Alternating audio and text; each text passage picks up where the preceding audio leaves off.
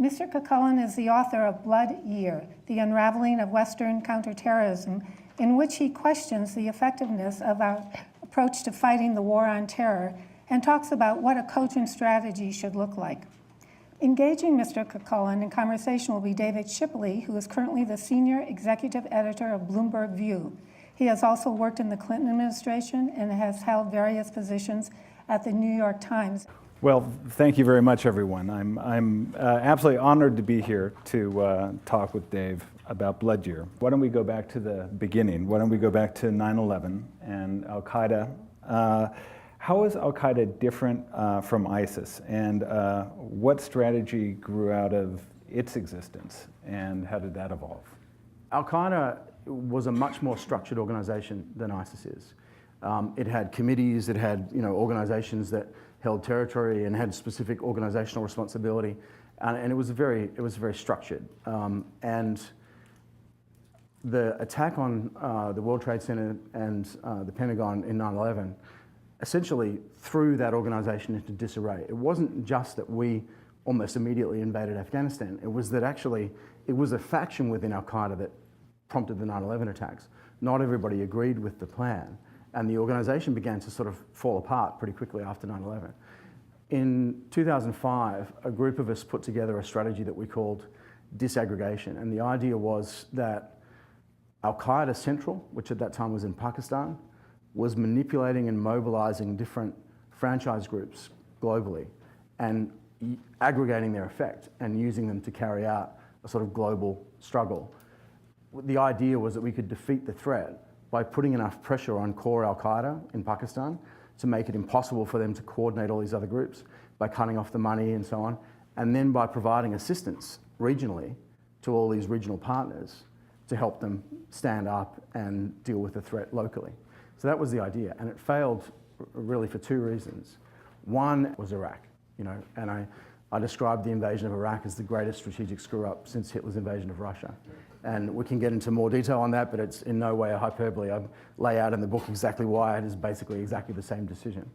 But the other big reason was this, right? Because in 2005, when we were coming together to come up with a strategy, we had this, what seemed like a great idea, which was let's disaggregate these guys. Let's make it hard for them to communicate. Let's break up the organization. 2006 was the iPhone. It was also the beginning of Twitter. Around that year was the beginning of YouTube and the emergence of social media. And so right when we disaggregated the group and made them kind of disembodied and scattered, a whole series of new tools emerged that allowed them to run that disaggregated structure in a different way. It was also the period when we saw a massive explosion of internet connectivity and cell phone connectivity in the developing world, which made it possible to sit in Somalia and talk to somebody in Minneapolis and connect with a cousin in Rotterdam, and things that just weren't even physically, technologically possible a few years before, and which 9/11, if al-Qaeda had access to these tools, it wouldn't have had to do 9/11 the way that it did.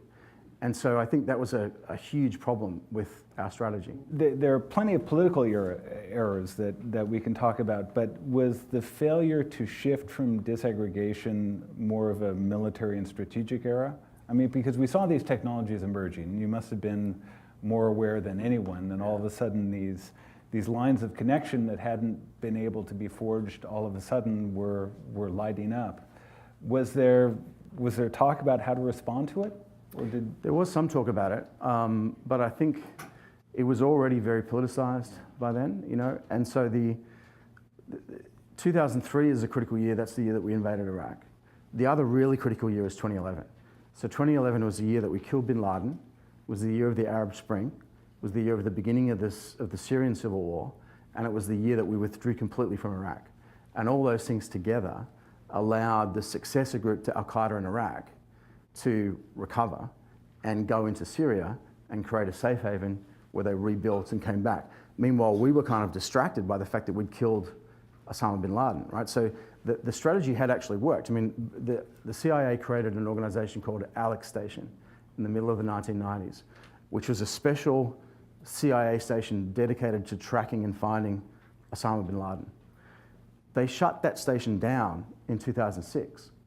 And the reason they did that was not because they lost interest in tracking bin Laden, but because our strategy, which was to render bin Laden irrelevant, had actually worked, right? So by the middle of the 2000s, bin Laden was no longer an operational control center. He wasn't doing anything. In fact, to the extent that he had any operational effect on al-Qaeda, it was actually to restrain a younger generation of more hot-headed leaders who were coming up. And so the moving away from that was a recognition of the fact that there was the regional groups like al-Qaeda in Yemen and al-Qaeda in the Arabian Peninsula and in North Africa that were more important by that point than core al-Qaeda. Then we killed bin Laden in May of 2011, and we sort of spiked the football and say, we killed bin Laden, it's all awesome. And sort of mission accomplished. Mission accomplished, yeah. It was it was President Obama's equivalent of President Bush's mission accomplished. And that then made us think, well, you know, obviously the threat must be reducing because we killed bin Laden. And we sort of got ourselves into this very soothing narrative that the Arab Spring's happening, we killed bin Laden, you know, these regimes are falling, everything's going to be fine. And a lot of people very quickly lost interest in counterterrorism. And of course, none of those things turned out to be true, right? The Arab Spring failed, and you know the states collapsed and resulted in the emergence of these wilayats, these groups that are part of ISIS. Well, let's get back to the two presidents, and we'll get to some of the other stuff later. Because in the book, Presidents Bush and Obama were essentially equally damaging inversions of each other. You used the terms reckless and feckless, respectively. Perhaps we could talk about that, and also it would be great if you could talk a little bit more about the comparison to Hitler's invasion of Russia and the beginning of a two-front war that set a lot of this in motion. Yeah, well, so let's talk about that first, and then we can talk about the presidents. And let me just say too, this is not me patting myself on the back and saying that I got everything right and everybody else got things wrong. I actually am quite self-critical in the book too. And I will vouch for that. Yeah, I mean, I was the chief of strategy at the US State Department, so to the extent that we screwed up the strategy, you know, it's kind of my fault. So I don't want to, you know, cast aspersions on everybody else. But, you know, we have to acknowledge where things went wrong. And obviously the biggest and most difficult to recover from error was this decision to invade Iraq. So I liken it to Hitler's decision to invade Russia, and I know it's very problematic to start comparing people to the Nazis, and I'm not in any way doing that. I'm in no way suggesting that, you know, we are in any fashion or the Bush administration are in any way like the Nazis at all. But strategically, there's a lot of similarities. So if you look at Hitler's decision to invade Russia in 1941, he's just defeated the UK and the Western Allies. He hasn't quite finished the job. Great Britain under Churchill, still unconquered, and you know, it's very attenuated. It only controls the British Isles, basically. It's set back on its heels, but it's still a problem. He hasn't really dealt with that completely. He thinks, well, the time's right now to turn and deal with a long-standing adversary, the Soviet Union, that's actually contained by a treaty and doesn't pose an immediate threat, but now's a good time, because we're sort of ahead of the game, to settle that score and sort of put ourselves into a more dominant position generally. He goes and invades Russia. It all goes very well for about 6 months, and then it starts to fall apart. And then UK recovers, America joins the war, the Russians counterattack, and Hitler finds himself in a two-front war where he simply does not have the resources to deal with both those fronts simultaneously.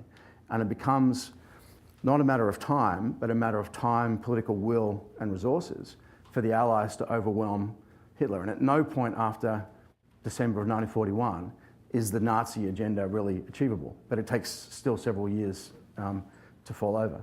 So applying that to Iraq, we had invaded Afghanistan. It took us 6.5 weeks to destroy the Taliban and throw their regime out, so half a week longer than it took Hitler to conquer France. We haven't dealt with the problem completely. Bin Laden, Zawahiri, a number of the other al-Qaeda leaders have gone into Pakistan, but Pakistan is a country with which we're technically at peace, and al-Qaeda is a non-state actor. So it's a very complicated issue to figure out how do we deal with that threat that's inside Pakistan but isn't the Pakistanis. You know, it's not a state. Instead of doing that, we turn to Iraq, which likewise is a long-standing enemy that's contained by a sanctions regime. It poses no direct immediate threat, but it's a regional adversary that's causing all kinds of damaging things in the region. And we think now's a great opportunity, while we're on the top of our game, to deal with that threat and put ourselves in a strong position for the region. And again, we invade in an invasion of choice. And it all goes really well for about 6 months. And then it starts to fall apart. And at that point, the Taliban begins to recover. We start to see a big spike of activity in Afghanistan. And we're stuck in the same dynamic that we still are in today, which is we just don't have enough resources to deal with the threat in all these places. And it's a counterfactual, but you can say that if we had not invaded Iraq, but had instead focused on the problem in Afghanistan and trying to resolve that, we would potentially be in quite a different situation today than we are now. Now, that all sounds like a Democrat critique of President Bush, and I get into the Bush administration in great detail in the first part of the book, and I talk about many of the problems. One of the big ones was President Bush's tendency to delegate. And you talk about how he learned along the way. He did, and he initially delegated decision-making responsibility too much to people like Donald Rumsfeld and Doug Feith and a variety of other people that we can talk about in more detail, and didn't take a direct role in running the conflict until it really got bad in Iraq. Then when he seized control of the problem at the end of 2006, he showed that he was actually able to learn, and he really turned things around significantly. General Petraeus has rightly gotten a lot of the credit for what happened on the ground in Iraq. The person that was critical that hasn't got enough credit is actually President Bush. And I'm not a fan, but I'm just saying that based on having been there in Baghdad and watched what he did. Of course, like every other country, when we elect a new president in the US, we're generally electing someone who's the opposite of the person that we're voting out. And President Obama, in many ways, is the direct opposite of President Bush. Where President Bush was very inarticulate, President Obama is very articulate. Where President Bush lumped everything together into a global war on terrorism, President Obama said, we're not going to do that anymore. He got rid of the concept of a war on terror, but he didn't replace it with anything. And instead of a global structure, we end up with this thing that we call overseas contingency operations, which is, to extend the World War II analogy, it's like trying to fight North Africa and Italy and Burma like they're all different wars in their own right. But the other thing is that where President Bush delegated authority too much, President Obama tends to hold authority much more tightly. And him and a group of 3 or 4 other advisors in the White House make virtually all the important decisions with respect to everything from targeting of drone strikes to specific operations to running events on the ground. And the Principals Committee meeting, which is a meeting of people in the senior levels of the government, are being called together 3 or 4 times a week, not to make decisions, but to brief staffers who then go into a closed-door room and have a conversation with the president, and out emerges a decision. We've talked about disaggregation, and you mentioned the death of bin Laden, but 2 other factors that you bring up in 2011 is the failure of the Arab Spring and how that brought about the birth of ISIS. And that wasn't a connection that I had put together. You put bin Laden, Arab Spring, birth of ISIS together. Maybe you could talk about how those 3 things were a turning point in 2011. So if we remember 1st of May or 2nd of May, depending on where you were globally, the SEAL team and CIA guys kill Osama bin Laden in Abbottabad, which is an area in northeastern Pakistan. And that immediately throws al-Qaeda into disarray. And it takes them 6 weeks to settle on who is going to be the successor to Osama bin Laden. And eventually they settle on Ayman al-Zawahiri, who's an Egyptian. He's a co-founder of al-Qaeda with bin Laden. He's one of the most senior people in the organization. But he's not an inspiring leader. And a lot of younger people in al-Qaeda had long seen him as kind of an old man with old ideas. And so it takes 6 weeks for them to settle on who the successor is going to be. But then it takes the rest of 2011 for all of the franchises globally to sign on to the agenda that it's going to be Ayman al-Zawahiri. So what that means is that al-Qaeda is kind of missing in action for most of 2011. It's turned inward, focused on its own succession challenge. And that turns out to be a really critical time because that's the peak of the Arab Spring. And the Arab Spring was a huge threat to al-Qaeda's ideology. So to understand that, we need to backtrack slightly.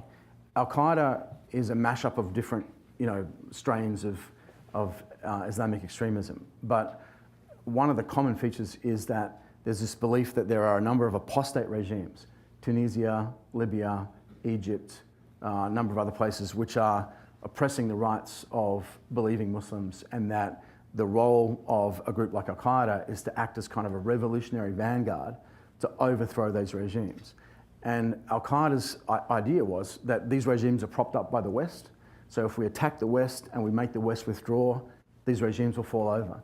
And for 20 years, al-Qaeda had run that strategy and achieved basically nothing, right? They'd killed a few thousand Muslims, they'd killed, a few thousand Americans. They hadn't succeeded in overthrowing any regime, and they hadn't brought any benefits to people that were oppressed by the apostate regimes in North Africa and the Middle East. Then in the first half of 2011, shopkeepers and women's groups and students and trade unions succeeded in overthrowing Tunisia, Libya, Egypt, came pretty close to overthrowing the regime in Bahrain, in Yemen. So we saw basically people power doing the job that al-Qaeda had claimed that it could do. And for a while there in 2011, it looked like peaceful democratic protest was going to be the solution. And so a lot of people turned away from the idea of the armed struggle and focused on the Arab Spring at that time. By September, it started to go bad, and we saw the rush to elections in Egypt, which meant that Egyptians were forced to choose between essentially the old regime and the brothers, the Ikhwan, the Muslim Brotherhood. And people didn't really like either choice, but they went with the brothers basically because anybody but the old regime. And by sort of February, March of 2012, it was pretty clear that Mohamed Morsi, the Brotherhood president, was acting in a fairly authoritarian way. He was overthrown in 2013 by a military coup, and you're now back to where you were in Egypt before the Arab Spring. Tunisia was a slightly better story. Libya was a slightly worse story with the overthrow of Gaddafi. Syria was a much worse story where a peaceful protest turned into a full-on civil war within a few months. And so by the end of 2012, people are starting to realize, oh, actually, we're not going to get there using peaceful protest. And they turn back to the idea of the armed struggle. But al-Qaeda has been disrupted by the death of bin Laden. And so instead of turning back to al-Qaeda, they turn to this new organization, ISIS, which has grown out of our withdrawal from Iraq and the Syrian civil war, and is now a much more appealing and capable organization than al-Qaeda. Now, al-Qaeda actually recovered later, right? So it was a temporary eclipse of al-Qaeda. And now we're dealing with both al-Qaeda and ISIS as global threats. So that means we're in a much more dangerous situation now than we were at any time really since 9/11. Now that you have analyzed what the problems are so acutely, the question we really want to know is what can we do about it, and how can we contain terrorism, and how can we get on with the prospects of developing countries, creating jobs, having reasons for people to be living decently in their own countries. So if I may summarize it, and I don't have a slide, but if I were in a military environment, I probably would. If you imagine three layers, there's the central state, the Dawla al-Islamiyya, the Islamic State in Iraq and Syria, that is a state-like threat and is running a conventional war. The response to that has to be conventional military response. We're talking about an enemy that controls cities and has tanks and runs heavy artillery. It's not a guerrilla organization or a terrorist threat. The second layer is these regional groupings, the Wilayat, and there we actually know what to do, right? Which is basically providing assistance to partner governments that are confronting those local threats. If I have a critique on what we've done of that in the past, it's actually a technical one, which is we've spent too much time teaching corrupt cops to be better corrupt cops and teaching oppressive militaries to shoot straight. We haven't focused enough on political reform. So the country that I was closest involved with on this was Indonesia. Indonesia is a country that has had massive progress in the last 15 years in dealing with an internal terrorist threat that's still very real. And we like to pat ourselves on the back and say, didn't we do a good job? That's a complete misreading of what happened in Indonesia. In Indonesia, there was a real and genuine transition to democracy that happened after 1998. And that's why it's different, right? Because there was a real process of reform. And that's why there wasn't an equivalent of the Arab Spring in Indonesia, because they themselves were going through a process of political reform. So we need to be working in, I think, in a different way with partners, but we sort of know what we need to do. Domestically, I think we need to rethink, because what we've got here is a system where we have an investigatory approach to terrorism. So when we identify a plot, we put a surveillance team and an investigative team on it, and we try to work that plot. It doesn't matter whether you're talking about 2 guys in a garage or 20 guys planning 9/11, you still need roughly the same number of people to run that kind of investigative and surveillance operation. So what we're doing is overstressing our system. We don't have the resources to track this much larger number of smaller plots. An incident that happened in Australia last year illustrates that. A kid went to mosque on a Friday afternoon, got riled up, went home and got his gun, went to a police station, began shooting and killed a police employee on a Friday afternoon. There's no way that our current counterterrorism investigation setup can detect that plot ahead of time, because the kid himself didn't even know he was going to do it until 2 hours before the shoot, right? So I think we have to go in a different direction. The focus is more on community resiliency, right? Recognizing that these things are going to happen, and it's a way that we need to be focused on how to minimize the damage when they do happen and maximize the pace with which we recover. I don't need to tell a group of people in New York, how important that element of it is in terms of dealing with a terrorist threat. The other thing I think is about, and you alluded to it, is dealing with what it is that's driving individuals within our own society to either try to go to Syria and Iraq or to take up arms here and engage in conflict. And that's largely about economic marginalization and social exclusion, but it's also about having a ready-made ideology that's ready to hand that says to them, it's not your fault, this is why it's happening, and here's an action program to deal with it.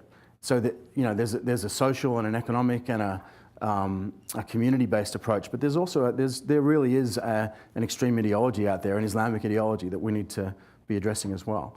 So I would put it at those 3 levels, and I'd say across each of those 3 levels there are a number of different actions that we need to be taking.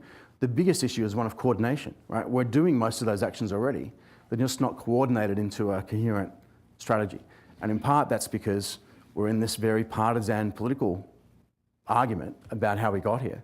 And so one of the things I'm suggesting in the book is if we want to come up with a workable strategy going forward, we have to some extent just set that aside and say, look, it's all of our fault, right? It most certainly was President Bush's fault. It was certainly a lot of it also President Obama's fault. The Iraqis and the Afghans had a big part to play as well. The Brits and the Aussies, we all screwed up, But let's set that aside and think about how to move forward in a more logical fashion. I have a counterinsurgency question, kind of a tactical one. A particular reason for asking it, too, because we have some midshipmen going to the Naval Academy next month for an ethics competition. They have to talk about bacha bazai in Afghanistan and what should be the policy of the U.S. military commander towards bacha bazai. This is the question we're going to discuss when we go down there. So I was wondering what you thought about that. Okay. So bacha bazai, for those who don't know what it is essentially institutionalized pedophilia in Afghan society, where men of a certain older status will take young boys as young as 10 or 12 as sexual partners, and will often maintain what amounts to a harem of boys who are very close to them politically and often grow up to be very influential. It's been a real problem from an ethical standpoint and also from a cultural standpoint for Americans and others working in Afghanistan trying to work with the Afghans. I've confronted this myself many times over the years, where you're in an environment where you're trying to work with a local partner to establish a relationship with the community and build a more effective structure, and they're engaging in practices that are just abhorrent to us either culturally or ethically. And bacha bazai most definitely falls into that category. I think you're left with a couple of choices, and one of them is a tactical choice, and it's to say, is this practice, and it could be that, or it could be corruption, it could be abuse of the population, it could be a particular targeting strategy that your partner is using. Is this practice undermining our joint objective of suppressing this insurgency and standing the society back up on its feet? And if that's the case, then I think you've got a really strong case to go to your partner and say, you need to stop this, and here's why, and we'll bring all of our sanctions to bear to make it happen, but you need to stop it for your own good because it's actually undermining your objective. If that's not the case, if people basically accept it and yet we still regard it as abhorrent, then I think you've got an ethical choice as an individual. And if you can't support that behaviour and you can't work with someone who's carrying it on, then you need to quit. and you need to say why. So don't quit quietly and just skulk off, but say, look, this is unacceptable, and we can have a conversation about why it's unacceptable, but while you continue to do this, we can't work with you, or I can't work with you. I've had that experience in Iraq, not around paedophilia, but around the killing of civilians, and have had to walk away from Iraqi partners and say, you know, we are not going to work with you guys. And more than that, we're going to shut you down, and if we ever see this kind of behaviour again, we're going to shoot you in the head, you know? And sometimes it has to get that extreme in a combat environment. Most times it doesn't. Most times you can say to people, guys, you know, what are you doing? And you'll often find that people, particularly around corruption and around abuse of the population, will sort of, they'll go, yeah, okay, we see your point. Bacha Bazai is an example of something that you also see with the way that these cultures treat women, which is so ingrained in their view of the world that it's kind of hard for them to even see it as a problem. You know, there was an incident, I think, earlier in the year, last year in Afghanistan, where someone was disciplined for refusing to work with an Afghan partner that was engaging in that behaviour. There was another incident where people beat up an Afghan partner who did it. I would say beating up your partner is probably going too far, right? I can understand where it comes from, but it's not acceptable under any circumstances. But walking away is absolutely acceptable. So, you know, very complex and difficult issue, but it unfortunately comes with the territory of what we've been doing in Iraq and Afghanistan for the last 15 years or so. David Kilcullen, David Shipley, on behalf of all of us, I want to thank you for a very rich discussion. Thank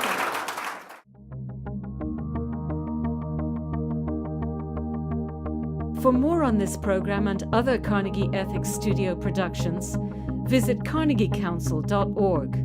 There you can find video highlights, transcripts, audio recordings, and other multimedia resources on global ethics.